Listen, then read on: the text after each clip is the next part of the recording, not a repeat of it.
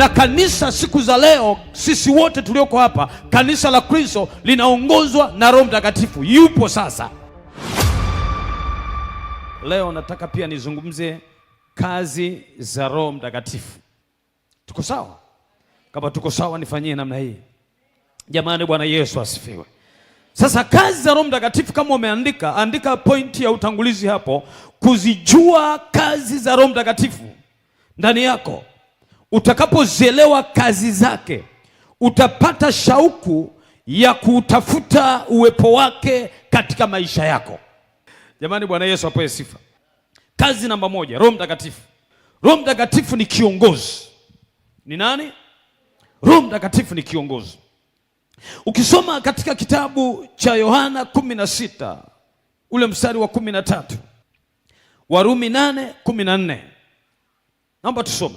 Lakini yeye atakapokuja, huyo Roho wa kweli, atawaongoza awatie kwenye kweli yote, kwa maana hatanena kwa shauri lake mwenyewe, yote atakayoyasikia atayanena, na mambo yajayo atawapasha habari yake.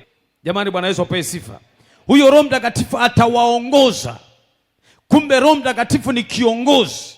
Na ngoja nikwambie ndugu zangu, Yesu Kristo alipokuwa anasema yawafaa mimi niondoke, maana nisipoondoka yule msaidizi hatakuja, lakini yawafaa mimi niondoke ili yeye aweze kuja. Na ndio maana siku ya Pentekoste, ile siku ya Pentekoste, Yesu akamtuma Roho Mtakatifu.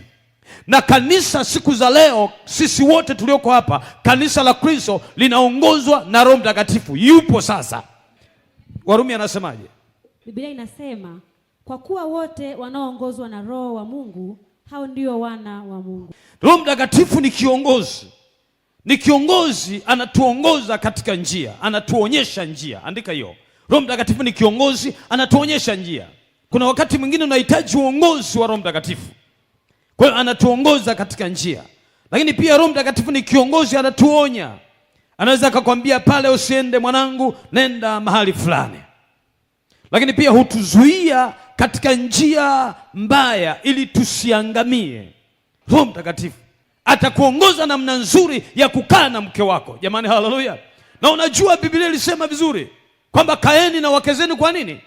Kwa akili. Nahitaji akili. Wakati mwingine ni akili ya Roho Mtakatifu. Siku moja nilikuwa nawaambia wachungaji, nikawaambia wanaume, mwanamke akiamua kukuchanganya unachanganyikiwa kabisa. Hata wewe mwanamke pia unapaswa pia Roho Mtakatifu akusaidie kukaa na yule baba. Utakaa naye kwa namna gani? Kuna wakati mwingine Roho Mtakatifu anahusika kukufundisha. Hebu sema amen. Sasa Roho Mtakatifu anatuongoza pia katika huduma. Andika hiyo. Anatuongoza katika huduma. Katika huduma tunazozifanya, Roho Mtakatifu anatuongoza. Tusome katika kitabu kile cha Matendo ya Mitume 16 ule mstari wa 6. Wakapita katika nchi ya Frigia. Wakapita katika nchi ya Frigia na Galatia. Wakikatazwa na Roho Mtakatifu. Unasikia? Wakikatazwa na Roho Mtakatifu. Wasilihubiri lile neno katika Asia. Wasilihubiri lile neno katika Asia. Walipofika kukabili Misia, wakajaribu kwenda Bithinia. Walipofika pale Misia, wakajaribu kwenda Bithinia, lakini Roho wa Yesu hakuwapa ruhusa. Sikiliza hapo. Lakini Roho wa Yesu hakuwapa ruhusa. Jamani, amina. Kumbuka watu hawa ni wamishonari. Wanafanya kazi ya Mungu. Wanatoka Galatia, wanakwenda pale, wanafika Asia. Jamani, Bwana Yesu apewe sifa.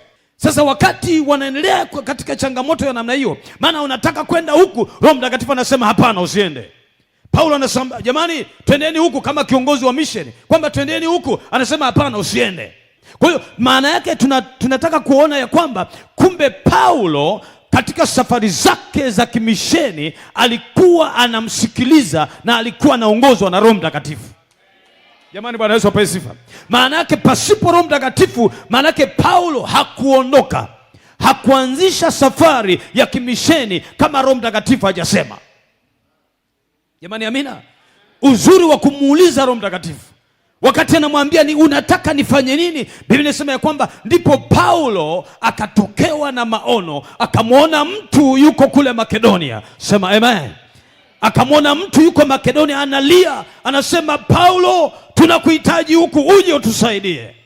Sasa Paulo alipotoka katika yale maono, wakati anamwomba Mungu usiku, ameona ya kwamba Mungu anamwita kule Makedonia, akawaambia, ndugu zangu wa mishonari, Mungu anatutaka tuende Makedonia. Jamani, Bwana Yesu apewe sifa. Ndipo mtumishi wa Mungu Dr. Luka anaandika, tulipoona hivyo ndipo tukaondoka tukaenda Makedonia, kwa sababu Roho wa Bwana alikwisha kusema kwamba tuende Makedonia. Roho ametupa ruhusa. Jamani, Bwana Yesu apewe sifa. Ukikaa chini ya uongozi wa Roho Mtakatifu hautafanya mambo yako mwenyewe. Katika kuhubiri tunamhitaji Roho Mtakatifu, katika umisheni tunamhitaji Roho Mtakatifu, katika kutoa tunamhitaji Roho Mtakatifu, kusoma Biblia tunamhitaji Roho Mtakatifu. Roho Mtakatifu tunamhitaji, maana yeye ni kiongozi. Sema amen.